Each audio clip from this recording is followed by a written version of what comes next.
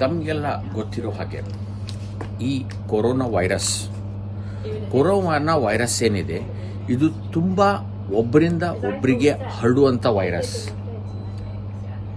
ಅಂದ್ರೆ ಡ್ರಾಪ್ಲೆಟ್ಸ್ಗಳ ಮುಖಾಂತರ ಮತ್ತು ಸರ್ಫೇಸ್ ಕಾಂಟ್ಯಾಕ್ಟ್, ಈ ಎರಡು ಮಾಧ್ಯಮದ ಮುಖಾಂತರ ಈ ವೈರಸ್ಸು ಒಬ್ಬರಿಂದ ಒಬ್ಬರಿಗೆ ಬೇಗ ಹರಡುತ್ತೆ. ಈ ಇನ್ಫೆಕ್ಟಿವಿಟಿ ಏನಂತಾರೆ, ಇನ್ಫೆಕ್ಟಿವಿಟಿ ರೇಟ್ ಇದರದ್ದು 3 ಇದೆ. ಅಂದ್ರೆ ಒಬ್ಬ ವ್ಯಕ್ತಿ ಆವರೇಜ್ ಈ ಕೊರೋನಾ ವೈರಸ್ 3 ಜನರಿಗೆ ಕೊಡ್ತಾನೆ ಒಂದು ವಾರದಲ್ಲಿ. ಸೊ ಈ ತರ ನಾವು ತಗೊಂಡ್ರೆ ಒಬ್ಬ ವ್ಯಕ್ತಿ 3 ಜನರಿಗೆ ಒಂದು ವಾರದಲ್ಲಿ ಕೊಟ್ಟರೆ ಅದು 3-4 ತಿಂಗಳಲ್ಲಿ 15 ಲಕ್ಷ ಆಗುತ್ತೆ. ಆ 15 ಲಕ್ಷದಲ್ಲಿ ಮಾರ್ಟಾಲಿಟಿ ಅಂತ ಹೇಳ್ತೀವಿ, ಅಂದ್ರೆ ಎಷ್ಟು ಜನ ಸಾಯ್ಬೋದು. ಈಗ ಮಾರ್ಟಾಲಿಟಿ 5% ಇದೆ ಕೊರೋನಾ ವೈರಸ್. ಅಂದ್ರೆ 15 ಲಕ್ಷ ಜನರಿಗೆ ಕೊರೋನಾ ವೈರಸ್ ಇನ್ಫೆಕ್ಷನ್ ಬಂದ್ರೆ ಅದರಲ್ಲಿ 75,000 ಜನ ಸಾಯ್ತಾರೆ. ಸೊ ಹೀಗಾಗಿ ಈ ವೈರಸ್ ಅನ್ನ ಸ್ಪ್ರೆಡ್ ಮಾಡೋದು ನಿಲ್ಲಿಸೋದು ಬಹಳ ಇಂಪಾರ್ಟೆಂಟ್. ಅದ್ರಗೋಸ್ಕರವಾಗಿಯೇ ಸೋಷಿಯಲ್ ಡಿಸ್ಟೆನ್ಸಿಂಗ್ ಅನ್ನ ತಂದಿದ್ದು. ಆಮೇಲೆ ಎರಡನೇದು ಏನಂತಂದ್ರೆ, ಈ ವೈರಸ್ಸು ಡಾಕ್ಟರ್ಸಿಗೂ ಮತ್ತು ನರ್ಸಸ್ಸಿಗೂ ಬಹಳ ಬೇಗ ಬರೋ ರಿಸ್ಕ್ ಇರುತ್ತೆ. ಯಾಕಂದ್ರೆ ಪೇಷಂಟ್ಸ್ ಇರ್ತಾರೆ.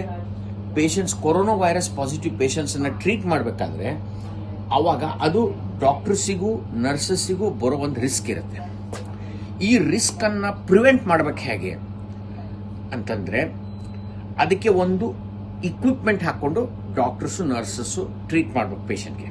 ಸೊ ಆ ಇಕ್ವಿಪ್ಮೆಂಟ್ಗೆ PPE ಅಂತಾರೆ, ಅಂದ್ರೆ ಪರ್ಸನಲ್ ಪ್ರೊಟೆಕ್ಷನ್ ಇಕ್ವಿಪ್ಮೆಂಟ್. ಸೊ ಈ ಒಂದು ವಿಡಿಯೋದಲ್ಲಿ ನಾವು ನೋಡೋಣ ಪರ್ಸನಲ್ ಪ್ರೊಟೆಕ್ಟಿವ್ ಇಕ್ವಿಪ್ಮೆಂಟ್ ಅಂದ್ರೆ ಏನು, ಅದು ಹೇಗೆ ಹಾಕೋಬೇಕು, ಅದನ್ನ ಹೇಗ ಡಿಸ್ಪೋಸ್ ಮಾಡಬೇಕು. ಅದು ಹಾಕೊಳ್ಳೋದಕ್ಕೆ ಇಂಗ್ಲಿಷಲ್ಲಿ ನಾವು ಡಾನಿಂಗ್ ಅಂತ ಕರಿತೀವಿ, ಅದನ್ನ ಡಿಸ್ಪೋಸ್ ಮಾಡೋದಕ್ಕೆ ನಾವು ಅದಕ್ಕೆ ಡಾಫಿಂಗ್ ಅಂತ ಕರಿತೀವಿ. ಸೊ ಬನ್ನಿ ನಾವು ನೋಡೋಣ PPE ಇಕ್ವಿಪ್ಮೆಂಟ್ ಹಾಕೊಳ್ಳೋದು ಹೇಗೆ ಮತ್ತು ಡಿಸ್ಪೋಸ್ ಮಾಡೋದು ಹೇಗೆ. ಈಗ ಈ PPE ಇಕ್ವಿಪ್ಮೆಂಟ್ ಅಂದ್ರೆ ಏನು? PPE ಇಕ್ವಿಪ್ಮೆಂಟ್ ಅಂದ್ರೆ double gloves, head cap, scrub, face mask, visor. So ಇದಕ್ಕೆ ನಾವು PPE ಇಕ್ವಿಪ್ಮೆಂಟ್ ಅಂತ ಕರಿತೀವಿ. ಇದು ಹಾಕೊಂಡು ಪೇಷಂಟ್ ನ ಟ್ರೀಟ್ ಮಾಡಬೇಕು. ಈ ಏರಿಯಾಕ್ಕೆ ನಾವು ಡಾನಿಂಗ್ ಏರಿಯಾ ಅಂತ ಕರಿತೀವಿ. ಅಂದ್ರೆ ಈ ಏರಿಯಾದಲ್ಲಿ ಇದನ್ನ ಹಾಕೊಳ್ತೀವಿ ನಾವು, ಆಮೇಲೆ ಈ ಏರಿಯಾದಲ್ಲಿ ಅದನ್ನ ಡಿಸ್ಪೋಸ್ ಮಾಡ್ತೀವಿ. ಇದಕ್ಕೆ ಡಾಫಿಂಗ್ ಏರಿಯಾ ಅಂತೀವಿ. So donning area, doffing area. ಆಮೇಲೆ ಈ ರೆಡ್ ಲೈನ್ ಏನಿದೆ, ಈ red line is infective area. So ಈ ಏರಿಯಾದಲ್ಲಿ ಯಾರು ಬರ್ಕೊಡುದು, ಕೇವಲ ಒಬ್ಬ ಡಾಕ್ಟರ್ ಮತ್ತೊಬ್ಬ ನರ್ಸ್. ಆಮೇಲೆ ನನಗೆ ಏನಾದ್ರೂ ಬೇಕಾದ್ರೂ ಕೂಡ ಹೊರಗಡೆಯಿಂದನೇ ಯಾರಾದ್ರೂ ನನಗೆ ಕೊಡ್ತಾರೆ. ಆದ್ರೆ ನಾನು ಈ ಏರಿಯಾ ಕ್ರಾಸ್ ಮಾಡುವಂಗಿಲ್ಲ, ಹೊರಗಿನವ್ರು ಯಾರು ಈ ಏರಿಯಾ ಒಳಗೆ ಬರೋ ಹಂಗಿಲ್ಲ. ಆಮೇಲೆ ಈ ಏರಿಯಾದಲ್ಲಿ ಕೇವಲ ಒಬ್ಬ ಡಾಕ್ಟರ್ ಒಬ್ಬ ನರ್ಸ್ ಮಾತ್ರ ಪೇಷಂಟ್ಗೆ ಟ್ರೀಟ್ ಮಾಡೋದು.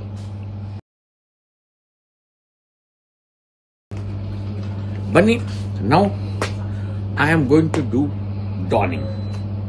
ಡಾನಿಂಗ್ ಅಂದ್ರೆ PPE ಇಕ್ವಿಪ್ಮೆಂಟ್ ಹಾಕೊಳ್ಳೋದು. ಡಾನಿಂಗ್ ಹೇಗೆ ಮಾಡಬೇಕು, ಓಕೆ ಬನ್ನಿ, I will show you how to do donning.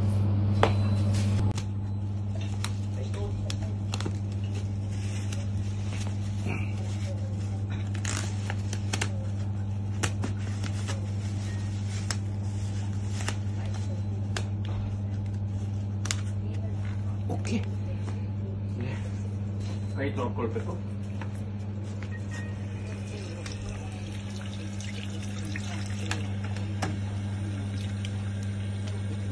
ಇಪ್ಪತ್ತು ಸೆಕೆಂಡ್ ಕೈ ತೊಳ್ಕೊಳ್ಬೇಕು.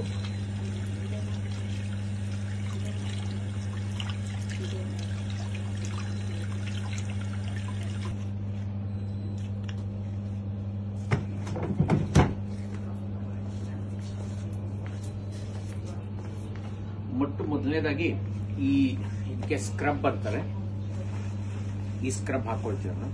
ಆಮೇಲೆ ಎಲ್ಲ ಸಿಂಗಲ್ ಯೂಸ್ ಡಿಸ್ಪೋಸಬಲ್.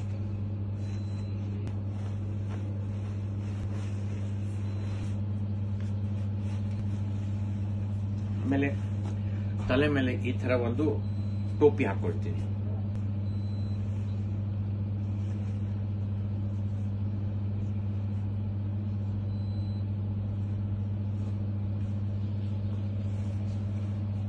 ಆಮೇಲೆ ಇದಕ್ಕೆ FP3 ಮಾಸ್ಕ್ ಅಂತ ಕರೀತಾರೆ. ಈ FP3 ಮಾಸ್ಕ್ ಹಾಕೊಳ್ಬೇಕು. ಆದರೆ ಈ ಮಾಸ್ಕ್ ಹ್ಯಾಕ್ ಹಾಕೊಳ್ಬೇಕು ಎಂಬುದು ಕೂಡ ಒಂದು ಟೆಕ್ನಿಕ್ ಇದೆ. ಅದಕ್ಕೆ ಒಂದು ಫಿಟ್ ಟೆಸ್ಟ್ ಅಂತ ಮಾಡ್ತಾರೆ. ಅಂದ್ರೆ ನೀವು ಸರಿಯಾಗಿ ಮಾಸ್ಕ್ ಹಾಕೊಂಡ್ರೆ ಯಾವ ಏರೋಸಲ್ಸ್ ಅಂದ್ರೆ ಡ್ರಾಪ್ಲೆಟ್ಸ್ ಒಳಗಡೆಯಿಂದ ಬರಲಾರ್ದಂಗೆ ಟೈಟ್ ಸೀಲ್ ಇದೇನೋ ಇಲ್ಲೋ ಅದಕ್ಕೆ ಒಂದು ಟೆಸ್ಟ್ ಮಾಡ್ತಾರೆ. ಆ ಟೆಸ್ಟ್ ನೀವು ಪಾಸ್ ಆದ್ಮೇಲೆ ಮಾತ್ರ you can wear PPE equipment. ಎಲ್ಲ ಹೆಲ್ತ್ ಕೇರ್ ವರ್ಕರ್ಸ್ ಈ ಫಿಟ್ ಟೆಸ್ಟ್ ಪಾಸ್ ಆಗಲೇಬೇಕು. ಆಮೇಲೆ ಸ್ವಲ್ಪ ಆಲ್ಕೋಹಾಲ್ ಜೆಲ್ ಹಚ್ಕೊಳ್ತೀನಿ ಕೈಗೆ.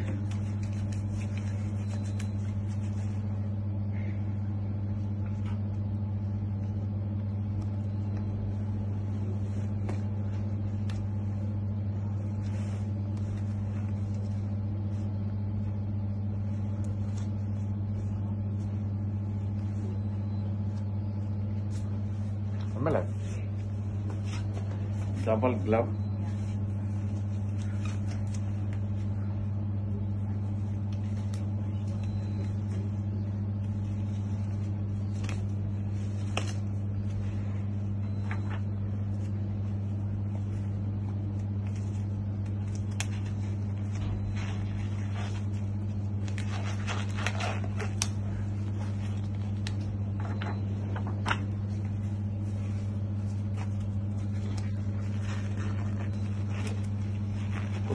ಆಮೇಲೆ ಇದು ವೈಸರ್, ಇದನ್ನ ತಲೆಗೆ ಹಾಕೋತೀನಿ. ಸೊ ಈಗ ನಾನು ಪೂರ್ಣ ತಯಾರಾಗಿದ್ದೀನಿ. ನಾನು ಏನಂದ್ರೆ ಇದಕ್ಕೆ ಡಾನಿಂಗ್ ಅಂತಾರೆ. ನಾನು ಯಾವ ಕಾರಣಕ್ಕೂ ಕೂಡ ಈ ರೆಡ್ ಲೈನ್ ಹೊರಗಡೆ ಬರಬಾರ್ದು. ನನಗೆ ಏನಾದರೂ ಬೇಕಾದ್ರೆ ನಮ್ಮ ನರ್ಸಸ್ಸೇ ನನಗೆ ಕೊಡ್ತಾರೆ. ಫಾರ್ ಎಕ್ಸಾಂಪಲ್ ನನಗೆ ಮೆಡಿಸಿನ್ ಬೇಕಾದ್ರೆ ಮೆಡಿಸಿನ್ ಕೊಡ್ತಾರೆ, ನನಗೆ ಸಿರಿಂಜ್ ಬೇಕಾದ್ರೆ ಸಿರಿಂಜ್ ಕೊಡ್ತಾರೆ. Ken have A syringe please? So ನಾನು ಮಾತ್ರ ಯಾವ ಕಾರಣಕ್ಕೂ ಕೂಡ ಈ ರೆಡ್ ಲೈನ್ ಕ್ರಾಸ್ ಮಾಡಬಾರ್ದು. ಯಾರು ಕೂಡ ಈ ರೆಡ್ ಲೈನ್ ಕ್ರಾಸ್ ಮಾಡಿ ಈ ಕಡೆ ಬರಬಾರ್ದು. ಬರೀ ಒಬ್ಬ ಡಾಕ್ಟರು ಒಬ್ಬ ನರ್ಸ್ ಮಾತ್ರ ಇಲ್ಲಿರ್ಬೇಕು. ಈಗ ಇಲ್ಲಿ ಪೇಷಂಟ್ ಇದೆ. ಸೊ ಪೇಷಂಟ್ಗೆ ನಾವು ಟ್ರೀಟ್ ಮಾಡ್ತೀವಿ. ಓಕೆ, ತಿಳ್ಕೊಳ್ಳಿ, ಈಗ ಒಂದು ಪೇಷಂಟ್ ಇದ್ದಾರೆ, ಅವ್ರಿಗೆ ಏನೇನು ಟ್ರೀಟ್ಮೆಂಟ್ ಕೊಡಬೇಕು ಆ ಟ್ರೀಟ್ಮೆಂಟ್ ಕೊಟ್ಟು ಅವ್ರಿಗೆ ಫ್ಲೂಯಿಡ್ಸು, ಡ್ರಗ್ಸು, ಮೆಡಿಸಿನ್ಸು ಅಥವಾ ಅವ್ರಿಗೆ ಏನೇನು ಬೇಕಾಗುತ್ತೆ ಎಲ್ಲ ಕೊಟ್ಟು ಅದಾದ್ಮೇಲೆ ಈ ಇಕ್ವಿಪ್ಮೆಂಟ್ ಏನಿದೆ ಇದನ್ನ ಡಿಸ್ಪೋಸ್ ಮಾಡೋದು ಕೂಡ ಬಹಳ ಇಂಪಾರ್ಟೆಂಟ್. ಸೊ ಬನ್ನಿ ಈಗ ನೆಕ್ಸ್ಟ್ ವಿಡಿಯೋದಲ್ಲಿ ಈ ಇಕ್ವಿಪ್ಮೆಂಟ್ ಡಿಸ್ಪೋಸ್ ಹೇಗೆ ಮಾಡಬೇಕು ಅದನ್ನ ನೋಡೋಣ. ಅದಕ್ಕೆ ಡಾಫಿಂಗ್ ಅಂತಾರೆ.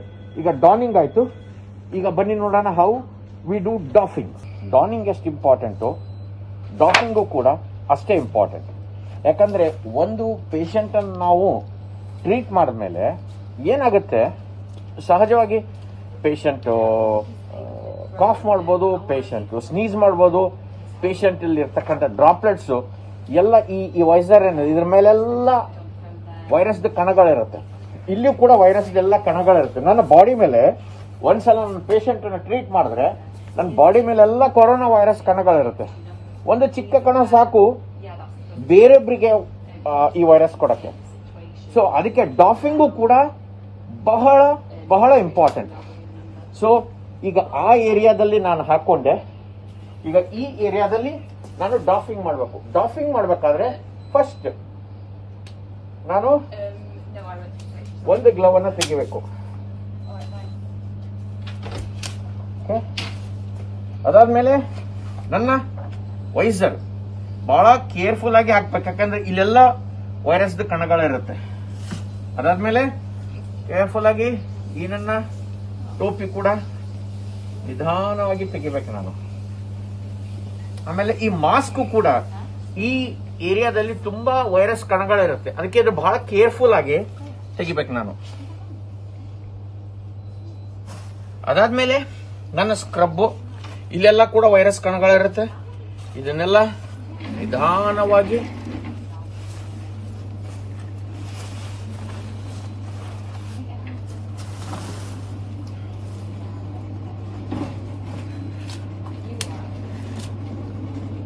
ಸೊ ಈ ಯೆಲ್ಲೋ ಬಾಕ್ಸ್ ಅಲ್ಲಿ ಎಲ್ಲ ಇಕ್ವಿಪ್ಮೆಂಟ್ ಹಾಕ್ಬಿಟ್ಟಿದ್ದೀನಿ. ಇದನ್ನ ಕೇರ್ಫುಲ್ ಆಗಿ ಡಿಸ್ಪೋಸ್ ಮಾಡಬೇಕು, ಯಾಕಂದ್ರೆ ಇದು ಬಹಳ ಹೈಲಿ ಇನ್ಫೆಕ್ಟಿವ್ ಮೆಟೀರಿಯಲ್ ಇದೆ. ಈಗ ಅದಾದ್ಮೇಲೆ 20 ಸೆಕೆಂಡ್ ನಾನು ಕೈ ತಗೋಬೇಕು, ಮತ್ತೆ ಆಮೇಲೆ ಆಲ್ಕೋಹಾಲ್ ಜೆಲ್ ಹಾಕೊಂಡು ಮತ್ತೆ 20 ಸೆಕೆಂಡ್ ಕೈ ತಗೊಳ್ಬೇಕು.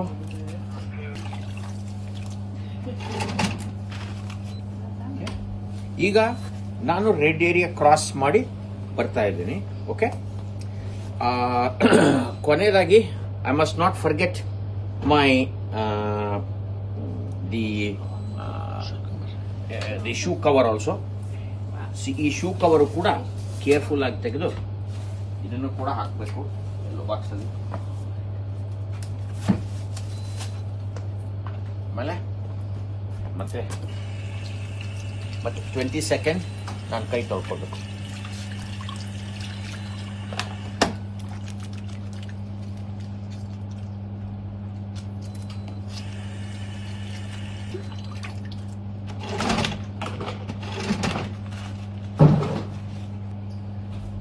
ಸೊ ನಾನೀಗ ಇನ್ಫೆಕ್ಟಿವ್ ಏರಿಯಾದಿಂದ ನಾನ್ ಇನ್ಫೆಕ್ಟಿವ್ ಏರಿಯಾಗೆ ಬಂದೆ. ಸೊ ಇದಕ್ಕೆ ಡಾಫಿಂಗ್ ಅಂತಾರೆ. ಡಾನಿಂಗ್ ಎಷ್ಟು ಮುಖ್ಯನೋ ಅದಕ್ಕಿಂತ ಜಾಸ್ತಿ ಮುಖ್ಯ ಡಾಫಿಂಗ್.